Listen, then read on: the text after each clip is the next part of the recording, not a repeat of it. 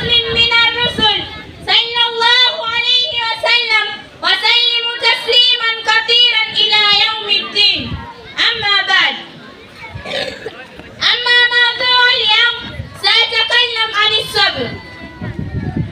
فيا عباد الله، إن وجاء الله، إن الله تعالى katika Allah mtukufu qala fi kitabil aziz, amesema katika kitabu chake kitukufu, wabashiri sabirin, wape bishara wanaosubiri, alladhina idha asabatuhum musibati, ambao kwamba wamefikwa na msiba, qalu inna lillahi wa inna ilayhi rajiun, kusema hakika yetu sisi ni Allah na kwake tutarejea.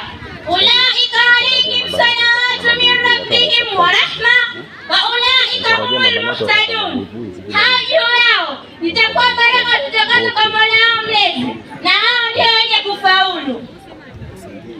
Wakala aidan, na akasema vile vile, ya ayyuhalladhina amanu ista'inu bis-sabri was-salat inna Allaha ma'as-sabirin, enyi mlioamini takeni msaada kwa subra na swala, hakika ya Allah yu pamoja na wanaosubiri.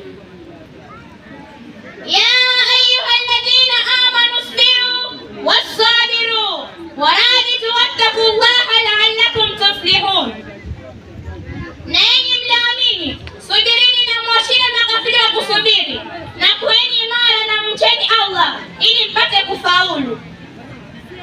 Al-Hadith, qala Rasulullah sallallahu alayhi wasallam, amesema Mtume Allah sala na salamu zimshikie, inna sabra inda salamati al-ula, hakika subira ni pale mwanzo wa tukio.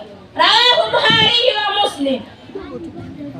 Qala Allah ta'ala, amesema Allah mtukufu,